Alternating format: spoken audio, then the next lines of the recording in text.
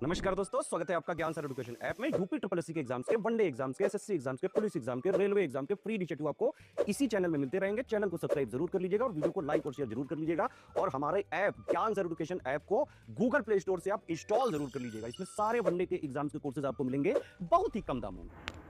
नमस्कार दोस्तों यूपीएसआई की मूल विधि का ये प्रैक्टिस सेट है। ठीक है, डेली मैं या ऑल्टरनेट डेज में आपको ये प्रैक्टिस सेट कराऊंगा। ये 50 प्रैक्टिस सेट आपको मिल जाएंगे, 50 प्रैक्टिस सेट करा दूंगा। देखिए, मूल विधि के लिए मैं फिर से आपको कह रहा हूँ, एक चीज़ मेरी बात गांठ बांध लीजिए, इससे बाहर एक सवाल नहीं मिलेगा। किससे?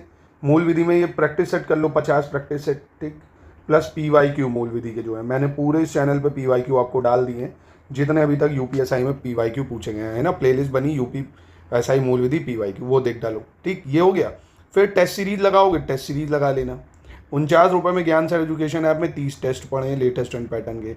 99 में पूरा कोर्स आपको मिल जाएगा विथ नोट्स, पूरे नोट्स टॉपिक वाइज क्लास के साथ। ज्ञान सर एजुकेशन ऐप को डाउनलोड कर लो। तो अगर ये सेट पसंद आएगा आपको, आप लोग ज़्यादा से ज़्यादा लोग कहेंगे तो मैं इसको भी कंटिन्यू करूँगा, ऑल्टरनेट डेज वगैरह में इसको कराऊंगा। प्लीज़ इसको लर्न कर लेना, पूरे 50 सेट जो करा दूंगा, मज़ा आपको आ जाएगी। एक सवाल बाहर मूल विधि का नहीं जाएगा, 8 सवाल आने, इन्हीं में से आपके फंस जाएंगे वो। ठीक है, तो सबसे पहला सवाल है, उत्तर प्रदेश जमींदारी उन्मूलन और भूमि सुधार अधिनियम कब लागू हुआ था? उत्तर प्रदेश जमींदारी उन्मूलन और भूमि सुधार अधिनियम ये कब लागू हुआ था भाई? तो ये लागू हुआ था आपका 1950 में। कब लागू हुआ था? 1950 में। ठीक है, 1950। टू द पॉइंट फैक्ट है, आपको याद करना पड़ेगा कि उत्तर प्रदेश जमींदारी उन्मूलन और भूमि सुधार अधिनियम कब लागू? 1950। भाई उत्तर प्रदेश जब बना भाई यूनाइटेड प्रोविंस नाम से। ठीक है, फिर कह रहा संविधान के किस अनुच्छेद के अधीन अनुतोष पाने का हक उसी व्यक्ति को है जिसके मूल अधिकारों का अतिक्रमण हुआ हो? यानी आपके अगर फंडामेंटल राइट छीने जाते हैं तो आपको पता है आर्टिकल 32 के थ्रू आप सुप्रीम कोर्ट जा सकते हो, है ना, रिट इशू करा सकते हो अगर आपके फंडामेंटल राइट छीने जाते हैं, है ना, तो अनुच्छेद 32 के थ्रू। इसके बाद आ रहा है कि एक व्यक्ति डैश में जनहित याचिका दायर कर सकता है। यानी कोई भी व्यक्ति जनहित याचिका कहाँ पे दायर कर सकता है? केवल उच्च न्यायालय में, हाई कोर्ट, सुप्रीम कोर्ट में, जिला अदालत में, या केवल सुप्रीम कोर्ट में या उच्चतम न्यायालय में? तो इसका सही आंसर क्या हो जाएगा भाई? इसका सही आंसर होगा, याद रखिए अगर नहीं पता, जनहित याचिका सिर्फ और सिर्फ उच्च न्यायालय या उच्चतम न्यायालय, हाई कोर्ट या सुप्रीम कोर्ट में ही दायर की जा सकती है। और जनहित याचिका के जनक किसको मानते हैं? PN भागवती, VR कृष्णा अय्यर। किसको मानते हैं? VR कृष्णा अय्यर को मानते हैं। और VR कृष्णा अय्यर और PN भागवती, ये दो नाम याद रखना, इनको PIL का जनक माना जाता है। फिर किसी अदालत के सामने इलेक्ट्रॉनिक रूप में साक्ष्य पर विशेषज्ञ की राय हासिल करने के प्रयोजन के लिए कौन अपनी राय देगा भाई? इलेक्ट्रॉनिक रूप में साक्ष्य मतलब समझे, किसी का वीडियो बना लेना, कोई चैट रखना, तो ये सब इलेक्ट्रॉनिक साक्ष्य परीक्षक जो है वो अपनी राय देगा। कौन देगा? इलेक्ट्रॉनिक साक्ष्य परीक्षक। फिर क्वेश्चन नंबर 5 पे आते हैं। क्वेश्चन नंबर 5 कह रहा है निजी और संवेदनशील जो जानकारी है, जैसे जैसे कि क्रेडिट कार्ड नंबर आपका, व्यक्तिगत पहचान, खाता, मतलब कोई भी आपकी निजी जानकारी, पासवर्ड तक, है ना, इसको प्राप्त करने वाली जो धोखाधड़ी करते हैं, इसको हैक कर लेते हैं, जो उसको क्या बोलते हैं हम लोग?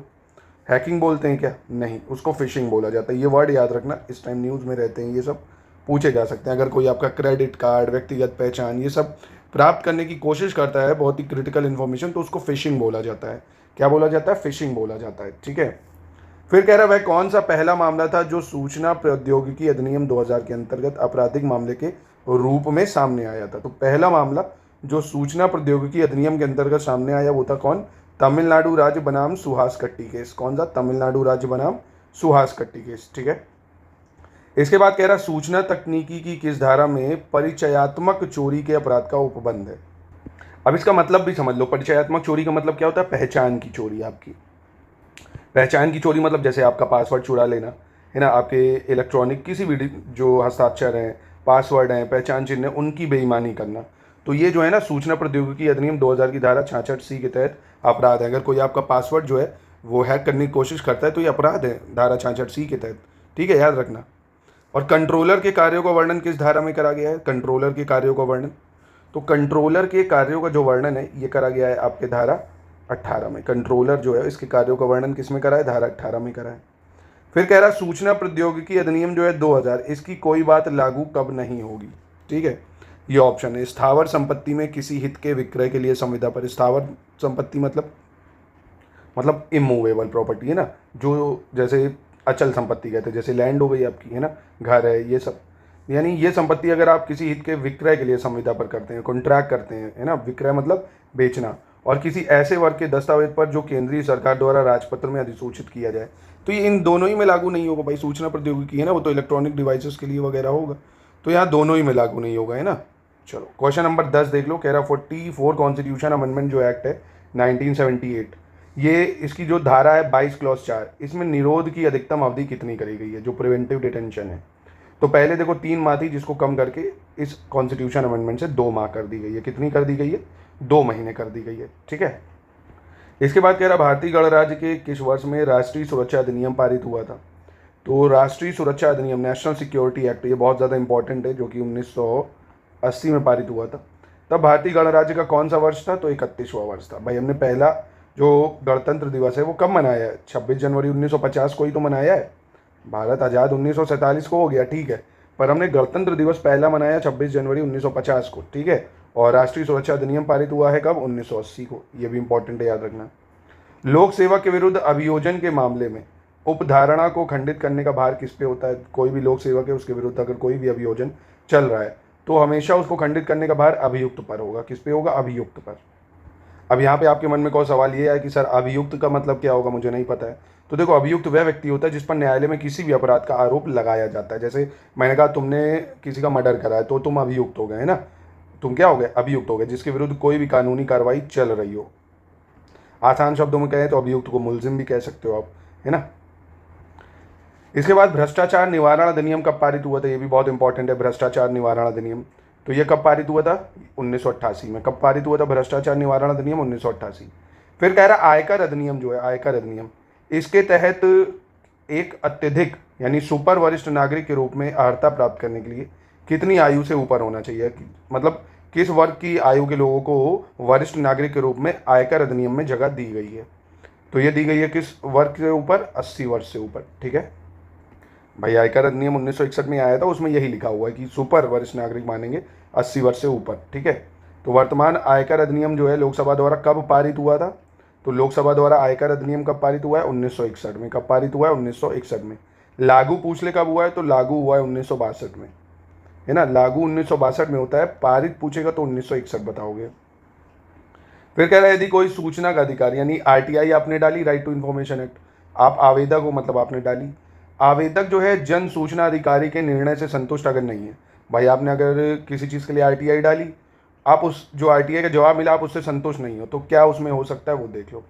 आवेदक यानी जिसने आरटीआई डाली है उसके द्वारा जन सूचना अधिकारी के निर्णय की प्राप्ति की तारीख से 30 दिनों के भीतर पहली अपील दर्ज करा सकता है। मतलब अगर जो जन सूचना अधिकारी है जिसने आपको इन्फॉर्मेशन दी है, आप उस इन्फॉर्मेशन से संतुष्ट नहीं हो, तो 30 दिन के भीतर आप फिर से अपील दर्ज कर सकते हो, ये बिल्कुल सही है। 60 दिनों के भीतर केंद्रीय जन सूचना अधिकारी को शिकायत दे सकते हो, ये गलत है। 30 दिनों के भीतर ही देनी है आपको, ठीक है। लोक प्राधिकारी सूचना उपलब्ध कराएगा। जो लोक प्राधिकारी है वो किसको सूचना और कैसे उपलब्ध कराएगा? निःशुल्क या ऐसी लागत पर जो माध्यम या मुद्रण लागत मूल्य के लिए विहित है, मतलब उसी लागत पे। तो यहाँ पे ये दोनों ही सही है ना, जैसी स्थिति होगी उसी आधार पे आपको सूचना वो अवेलेबल करा देगा, ठीक है। सूचना अधिकार अधिनियम 2005 का विस्तार है कहाँ? जम्मू कश्मीर को छोड़ के या पूरे भारत में, पूरे विश्व में? तो ऑब्वियसली कहाँ लगेगा? सूचना अधिकार अधिनियम भारत पे लगेगा। पहले जम्मू कश्मीर में नहीं लगता था, पर अब ये भारत मतलब जम्मू कश्मीर में भी लगेगा। इसके बाद कह रहा है क्या पशुवध को मानव अधिकारों का उल्लंघन माना गया है? जो पशुवध है, किसी भी जानवर की अगर हत्या कर रहे हो तो क्या मानव अधिकार का उल्लंघन है? तो नहीं भाई। मानव अधिकार अधिनियम तो 1993 में आएगा। पशु क्रूरता अधिनियम भी हमने बना रखा है इसके लिए, 1966, है ना। पशु क्रूरता निवारण अधिनियम 1966 का है, उसके तहत ही आएगा। मानव अधिकार संरक्षण अधिनियम 1993 में आया, ये समय याद रखो। उसकी कौन सी धारा के तहत विशेष जांच एजेंसी के गठन का प्रावधान है? ये भी महत्वपूर्ण है। मानव संरक्षण अधिनियम की किस धारा में विशेष जांच एजेंसी के गठन का प्रावधान है? तो यह धारा 37 में। किस में है? धारा 37 में है, ठीक है। तो ये धारा 37 याद रखना। तो यही आज का रखते हैं, 20-20 क्वेश्चन का ही सेट कराता हूँ आपको, है ना। 20-20 की प्रैक्टिस कराता हूँ। अगर आप लोग कहेंगे तो मैं ये क्वेश्चन की संख्या 40 कर दूंगा या 50, आप लोग कमेंट बॉक्स में बताइए। वैसे मुझे लगता है 20 ठीक है, अभी एग्जाम में टाइम है। 20 आप ये लर्न करो, 20 आप PYQ करो, है ना। बाकी अपने 2 घंटे 1.5 घंटे हिंदी का स्लॉट, GS का स्लॉट, मैथ्स रीजनिंग के स्लॉट बनाओ।